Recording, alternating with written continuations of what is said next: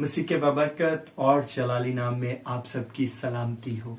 आप सब जो आज दुनिया के किसी भी कोने में किसी जगह भी बैठे हैं, जो इस कलाम मुकद्दस को सुनने वाले हैं, खुदावन इस कलाम के वसीला से हम सबको बड़ी बरकत दे। आइए अपने सरों को झुकाएं, आंखों को बंद करें। कदूस कादर मुतलिक खुदावन बादशाह, तेरा शुक्रिया अदा करते हैं इस वक्त के लिए कि तूने बख्शा कि तेरे कलाम को सीख समझ सके। आज तेरा कलाम जिस कान तक, जिस जहन तक पहुंचे, जिस दिल तक पहुंचे, खुदावन 30, 60 बल्कि 100 गुना फल लाए, ताकि जिंदगियां सोचे, ख्यालात बदले। खुदावन बड़ी बरकत दे यीशु नासरी के नाम से, आमीन। मेरे अजीजों, आज खुदावंद के कलाम मुकद्दस के इस हिस्से में से हम यूं सीखेंगे कि ये कलाम जो जिंदगी बख्श कलाम है, जिस कलाम के बारे में खुदा ने फरमाया, मैंने अपने इस नाम को हर नाम से ज्यादा अजमत दी, उसके बारे में सीखेंगे। आइए मेरे साथ खुदावंद के कलाम मुकद्दस में से ज़बूर की किताब, उसका 119वां बाब, उसकी 105 आयत की तलावत करेंगे। खुदावंद का बंदा इस कलाम में यूं फरमाता है, तेरा कलाम मेरे कदमों के लिए चिराग और मेरी राह के लिए रोशनी है। खुदावंद के पाक कलाम का पढ़ा और सुना जाना हम सब के लिए बायस बरकत हो। बेशक ये वो कलाम है, जिंदगी बख्श कलाम है, जिसके बारे में यूहन्ना रसूल की मार्फत लिखी गई इंजील, उसके पहले बाब और पहली आयत में ही लिख दिया गया है कि ये हमेशा से था, है और अब तक रहने वाला कलाम है। सो इस कलाम के बारे में खुदावंद का बंदा कहता है, तेरा कलाम मेरे कदमों के लिए चिराग और राह के लिए रोशनी है। अगर हम इसे सादे लफ्जों में देखें, सीखें और समझें, तो हम अपनी जिंदगी की राहों में जब जब भी चलते हैं, तो हमारे कदम जहां भी पड़े, हमें उस जगह पे रोशनी की जरूरत होती है। अगर हम रोशनी में नहीं चलेंगे तो गिर पड़ेंगे, ठोकर खाएंगे और हमें नुकसान होगा।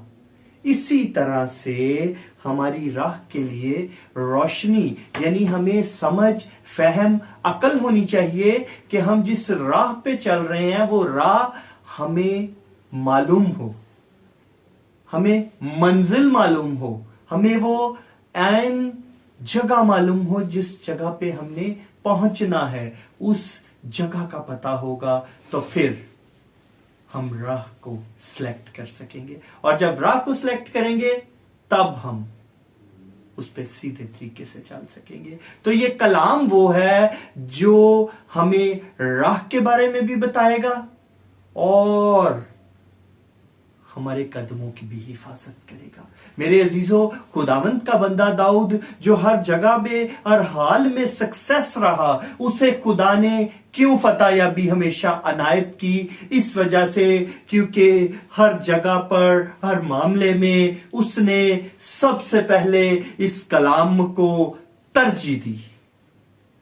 आज हम अपनी जिंदगियों में ये कहते हैं, हमारी जनरल जिंदगी है, हर बात में कलाम को नहीं लाना चाहिए, हर बात में खुदा को नहीं, लेकिन खुदावंद का बंदा दाऊद हमेशा हर जगह पर खुदावंद के कलाम को सबसे पहले और सबसे आगे रखता है। वो हमेशा इस बात को कहता है, तेरा कलाम मेरे कदमों के लिए चिराग और राह के लिए रोशनी है। इसलिए हमेशा खुदावंद उसे सक्सेसफुल करता है, हमेशा उसे सक्सेस देता है, क्योंकि वो कलाम को सबसे ज्यादा आगे रखता है, अहमियत देता है।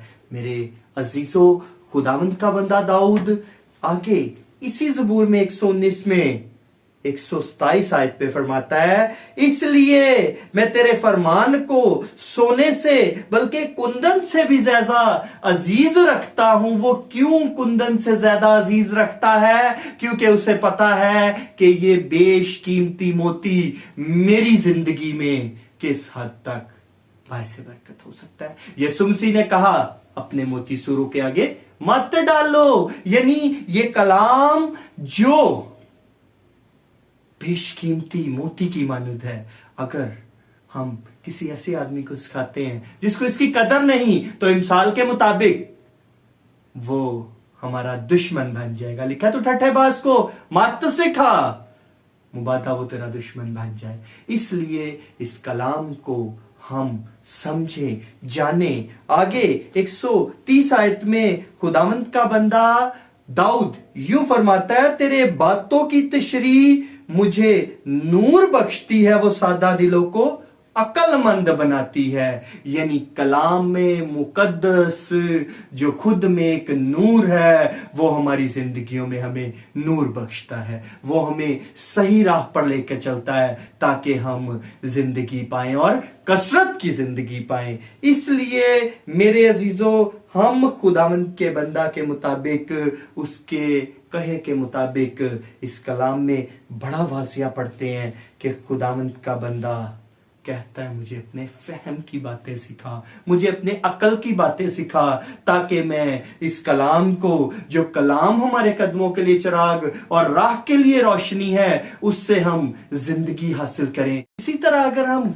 हिजकिय्याह नबी के सहीफे में से देखें तो 37वें बाब में हमें पता चलता है कि खुदा ने मुर्दा हड्डियों में जान डाल दी। खुदावंद के कलाम के वसीला से खुदावंद अपने बंदा को कहते हैं, जा और इन हड्डियों को कलाम सुना, और उस कलाम के वसीला से उसमें जिंदगी आई और वो हड्डियां जिंदा हो गई। अगर हम लाजर के वाकये में देखें तो लाजर के वाकये में खुदा ने खुद कलाम किया और कहा, आए लाजर कब्र से बाहर निकला, और वो मुर्दा लाजर जिंदा हो गया। ये कलाम की पावर थी, ये कलाम की ताकत थी। मेरे अजीजों, दाऊद के मुताबिक जो कि कलाम मुकद्दस में कहता है, तेरा कलाम मुझे सोना चांदी बल्कि कुंदन से ज्यादा अजीज है। ये कलाम हमारी जिंदगियों के लिए इस हद तक कीमती होना चाहिए, क्योंकि लिखा है, जहां तेरा माल है वहां तेरा दिल है।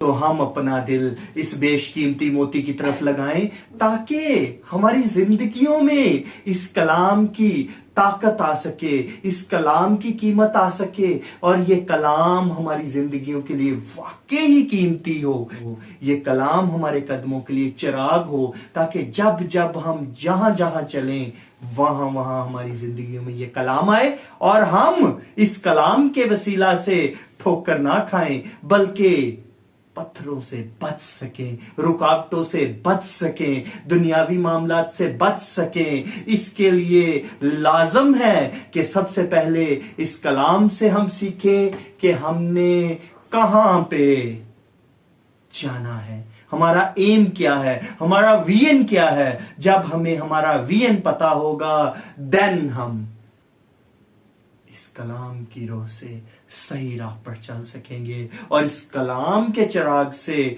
इसके नूर से हम हमेशा सही राह पर चलेंगे। और मेरे अजीजों, आज के बाद इस बात को जहन में रखें कि हम हरगिज ये नहीं कहेंगे कि कलाम को हर बात में नहीं लाना चाहिए, खुदा को हर बात में नहीं लाना चाहिए, बल्कि हमारी जिंदगी के हर हिस्से में कलाम हो, हर जगह पर खुदा हो, हर बात में खुदा कलाम हमारे साथ हो, कलाम हक हमारे साथ हो, ताकि हमारे कदमों को ठोकर ना लगे और हम सही राह पर चल सके। खुदावंद आज आप सबको इस कलाम के वसीला से बड़ी बरकत दे। Thank you. आए अपने सरों को झुकाएं, आंखों को बंद करें।